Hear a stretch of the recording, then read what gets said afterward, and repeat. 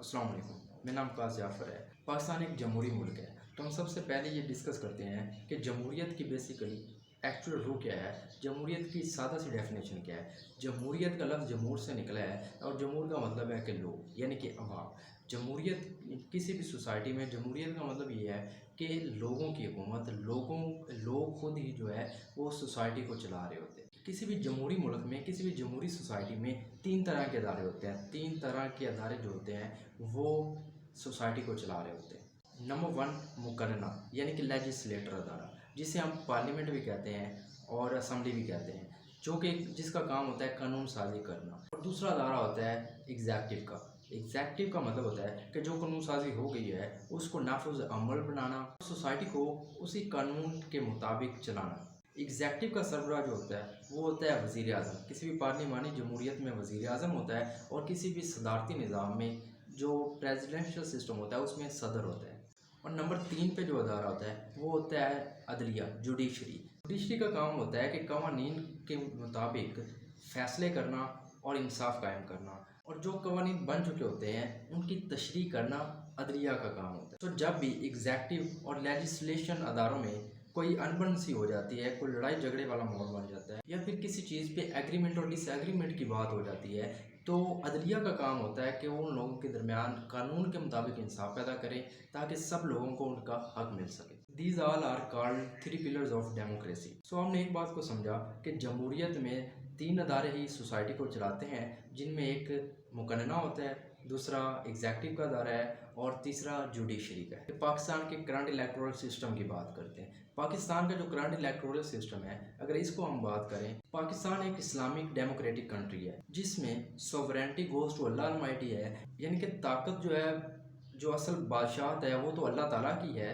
लेकिन जो इक़्तिदार यहाँ पे होगा वो अल्लाह की अमानत समझकर लोगों की राय से ही चलाया जाएगा। तो पाकिस्तान में सबसे पहले जो नेशनल असम्बली है वहाँ पे लोगों की राय से इलेक्टेड लोग वहाँ पे मुंतखब होते हैं, जो कि क्या करते हैं, सबसे पहले एक अपना वज़ीर आज़म, जिसे हम प्राइम मिनिस्टर कहते हैं, वो मुंतखब होता है। और दैन उसके बाद चारों सूबों की अलग अलग पार्लियामेंट्स हैं और हर पार्लियामेंट को पाकिस्तान की आवाम के इलेक्टेड नुमाइंदे ही चलाते हैं, जिसका सरबराह चीफ मिनिस्टर्स होता है। तो पाकिस्तान की आवाम की राय से मुंतखब लोग जो हैं वही इक़्तिदार को संभालते हैं। अब हम बात करते हैं कि ये जो क्राइसिस है वो शुरू कैसे हुआ और टिल अब तक ये कैसे जा रहा है। होता कुछ यूँ है कि 12 जनवरी को सीएम पंजाब जो है वो असम्बली को डिसॉल्व कर देता है और जो समरी है वो गवर्नर के पास चली जाती है। अब जो गवर्नर होता है वो समरी पे दस्तखत नहीं करता। आर्टिकल 112 कहता है कि जब भी कोई चीफ मिनिस्टर गवर्नर को एडवाइस करेगा कि ये असम्बली डिसॉल्व कर दें, गवर्नर पे फ़र्ज़ होता है कि वो असम्बली को डिसॉल्व करना था। और अगर गवर्नर असम्बली डिसॉल्व नहीं करता तो वो असम्बली जो है विद इन 48 हॉर्स खुद ब खुद डिसॉल्व हो जाती है। 12 जनवरी को चीफ मिनिस्टर जो है वो समरी पे दस्तखत करते हैं और उसके ठीक 2 दिन बाद, यानी कि 48 आवर्स के बाद 14 जनवरी को जो पंजाब असम्बली वो खुद ब खुद तहलील हो जाती है। अब जब असम्बली तहलील होगी तो इसका एक ही हाल था कि इसके पूरे सूबे में जनरल इलेक्शन कॉल हो जाए।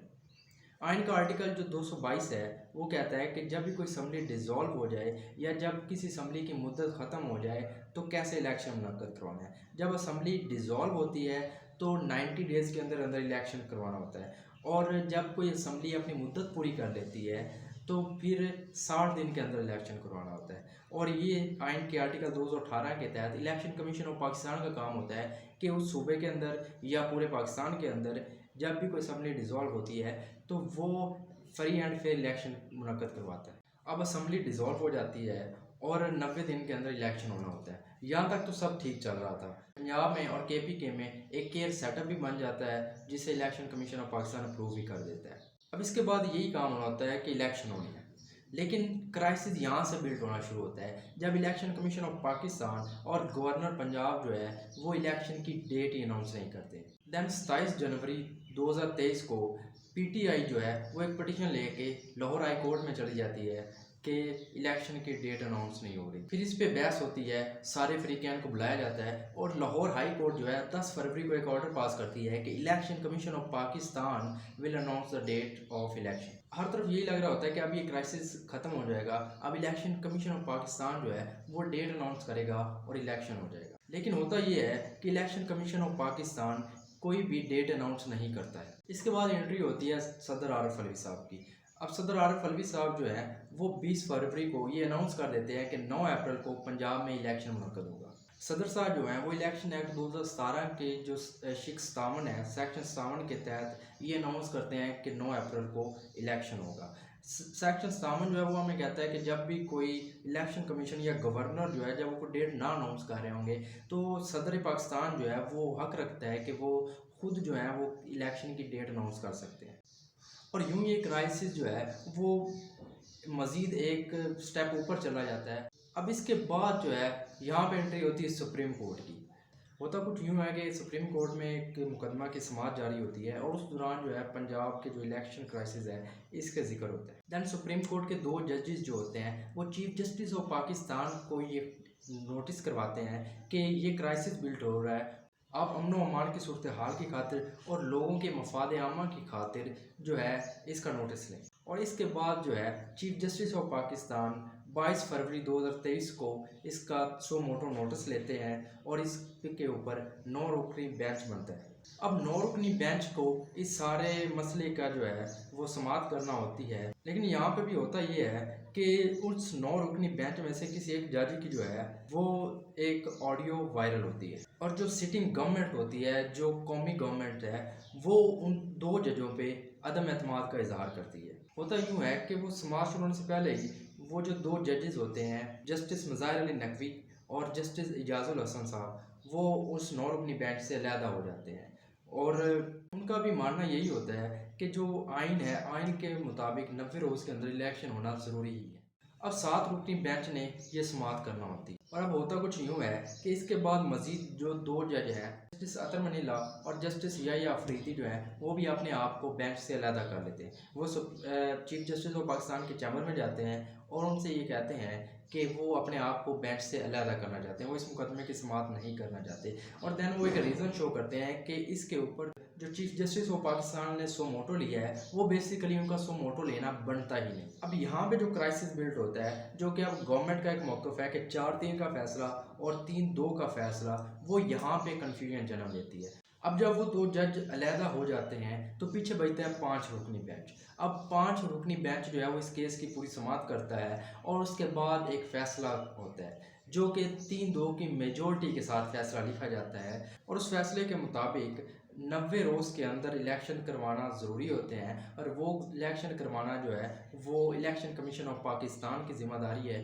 कि वो विद इन 90 डेज़ जो है वो इलेक्शन करवाए। और यूँ उसके बाद इलेक्शन कमीशन पाकिस्तान सदर पाकिस्तान के साथ मिलके 30 अप्रैल की इलेक्शन की डेट भी अनाउंस कर देते हैं। सो इसके बाद जैसे ही जो 7 रुकनी बेंच से 2 जजेस अलहदा होते हैं, जस्टिस याहिया अफरीदी और जस्टिस अतर मनीला, वो अपने इख्तलाफी नोट्स लिखते हैं और उन 2 जजेस का भी इस पे कोई इख्तलाफ नहीं कि जो इलेक्शन है वो 90 रोज़ के अंदर होना है। बेसिकली उनका भी इख्तलाफ इस बात पे है कि जो चीफ जस्टिस को इस बात का सो मोटो नहीं लेना चाहिए था।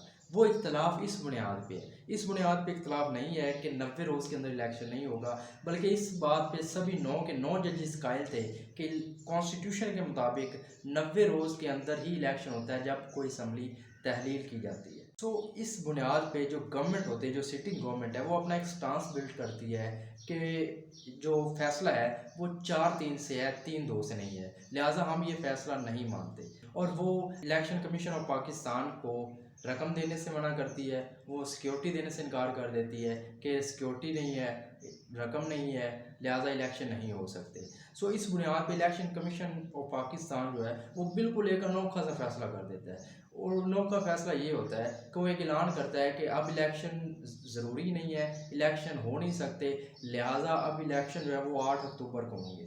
इसके बाद होता ये है कि दोबारा अब सुप्रीम कोर्ट में आता है और बेंच फिर टूटता है, सिर्फ 3 जजेस रह जाते हैं और फिर सुप्रीम कोर्ट ये फैसला करती है कि अब जो इलेक्शन है वो 14 मई को होगा और पैसे जो है वो state bank of Pakistan directly election commission of Pakistan को देगा। स्टेट बैंक ऑफ पाकिस्तान भी पैसे मुफ्तिस तो कर देता है, लेकिन उसके बाद अप्रूवल के लिए वज़ीर ख़जाना या उसकी ज़रूरत होती है, सेक्रेटरी ख़जाना की ज़रूरत होती है, लेकिन वो क्या करते हैं, वो भी उस फैसले को पार्लियामेंट में भेज देते हैं। और यूँ ये क्राइसिस जो है वो दिन ब दिन बढ़ता ही जा रहा है, बजाय इसके कि कम हो।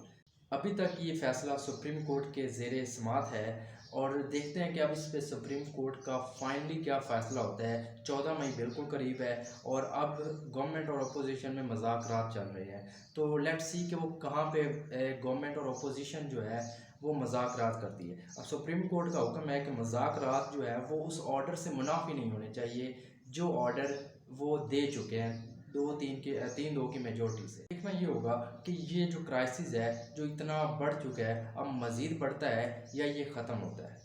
लेकिन कॉन्स्टिट्यूशनली देखा जाए, आईन पाकिस्तान को देखा जाए, अगर हम जमहूरियत में मानते हैं, आईन पाकिस्तान में मानते हैं, जो एक कानून बन चुका है उसके मुताबिक ये पक्का है कि जब भी कोई असम्बली तहलील होती है तो विद इन 90 डेज़ के अंदर अंदर इलेक्शन करवाना इलेक्शन कमीशन ऑफ पाकिस्तान की ज़िम्मेदारी होती है। और इलेक्शन कमीशन ऑफ पाकिस्तान जो है वो एक इंडिपेंडेंट बॉडी है। जो चीज़ें मैंने आपके साथ इस वीडियो में शेयर की हैं उसमें ये नहीं है कि ये महज मेरी अपनी ख्वाहिश पे हैं या ये मेरा कोई एनालिसिस है या मेरा तजिया है जैसे आई थिंक वी थिंक, ये ऐसा कोई मामला नहीं था। ये बिल्कुल एक फैक्ट्स से फिगर्स से डिटेल्ड मैंने आपके साथ शेयर की है। नाउ यू कैन डिसाइड कि who is on the right side and who is on the wrong side. ये फैसला आपका अपना है। अल्लाह पाकिस्तान का हामी और नासिर हो। पाकिस्तान जिंदाबाद।